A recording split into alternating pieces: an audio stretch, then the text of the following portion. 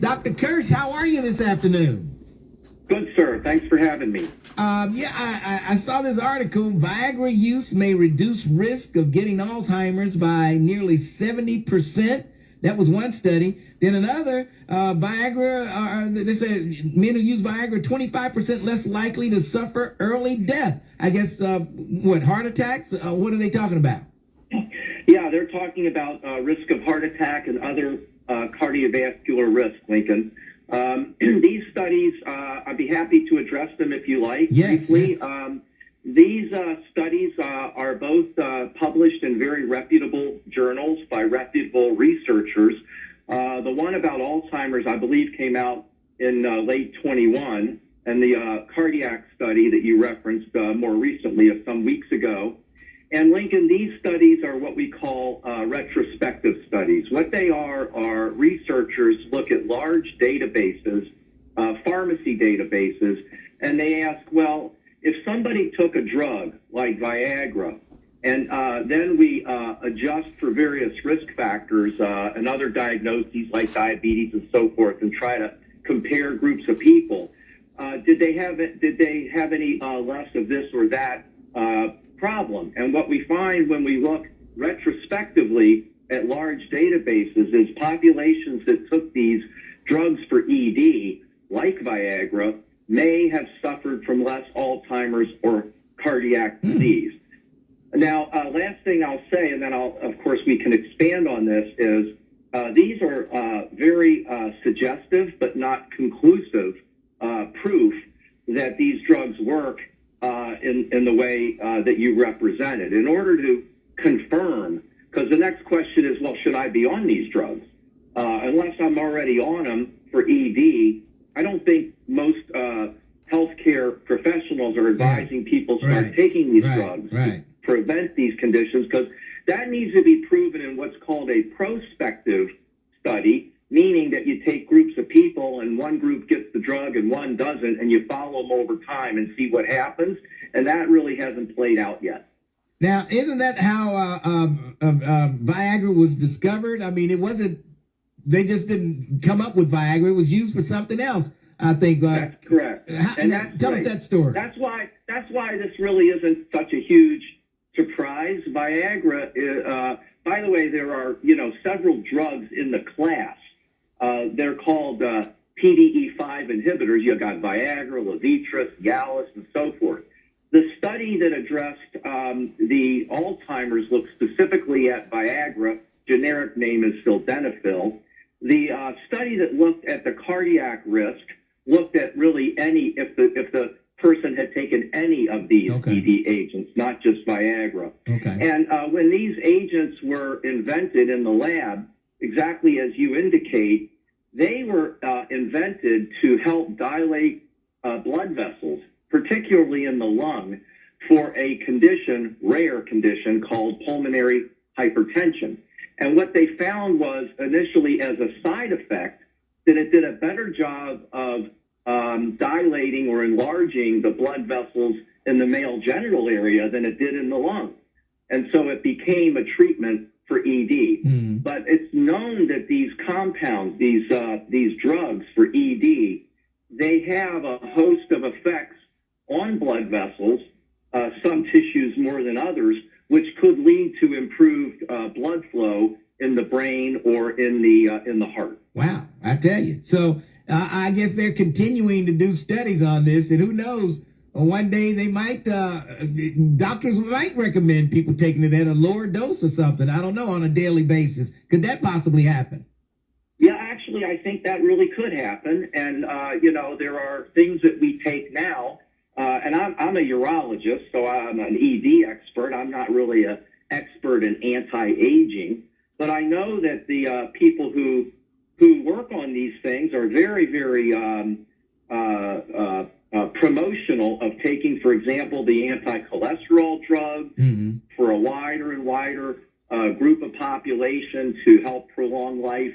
And I'm sure if this is borne out by some studies, that everybody could be taken along with their cholesterol drug, maybe their little pill for blood pressure. They could be taking a pill. Maybe some people might take a vitamin D or other vitamins every day.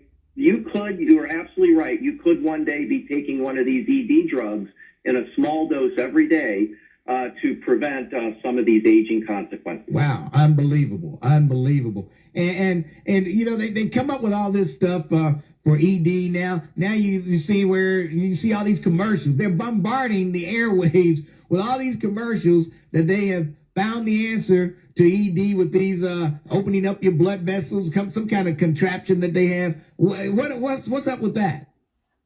Well, look, there's a lot of treatments for ED, Lincoln, and the drugs that we've been talking about, like Viagra and Cialis and so forth, they're very effective for many men, but there are some men whose blood vessels are so clogged up that taking a pill won't open them up enough for the man to achieve an erection.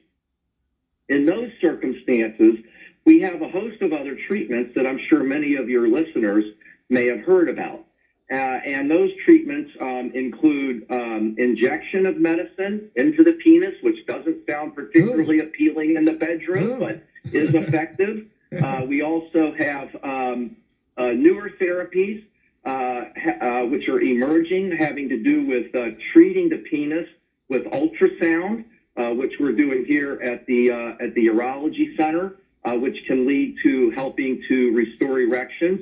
And for men where nothing works other than a surgical option, for many years, urologists have been placing implants in, which are inflatable devices that allow a man to achieve an erection via a mechanical inflation mechanism. Unbelievable. Now, if Viagra, if they find out that this will reduce the risk of getting Alzheimer's, I mean, this could be earth-shattering. I mean, this could be, and what about for women? Do they have anything to help them with Alzheimer's and maybe heart? I mean, they don't have this magic potion like we do. Well, it hasn't really been studied in women because, you know, the drugs are really, you know, in these retrospective studies that I was talking about, looking at big databases of use of these drugs, the drugs always been used in men. And very little of them used in women for this condition, pulmonary hypertension, I mentioned earlier.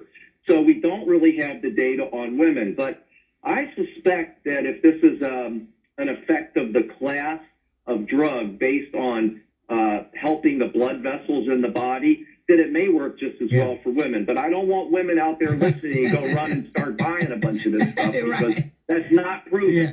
Why haven't they come up with something for women like a Viagra for women? Why haven't they come up with something like that?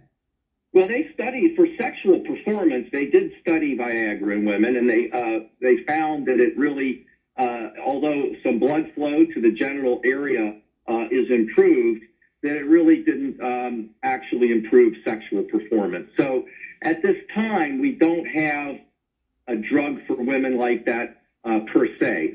We do have, you know, women have a host of sexual issues with aging related to menopause and other conditions.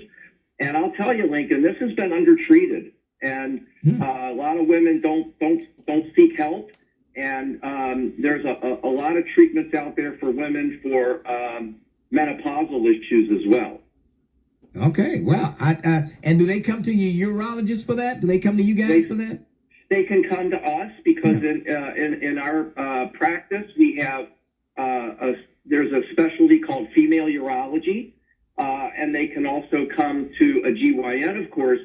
But actually, I would point your readers, if they can get it online, to an article that was in the very prominent article in the New York Times Magazine just this last weekend. Yes. About how women's sexual health and the effects of aging in women are vastly undertreated by everybody, including gynecologists, sort of an ignored problem. Wow.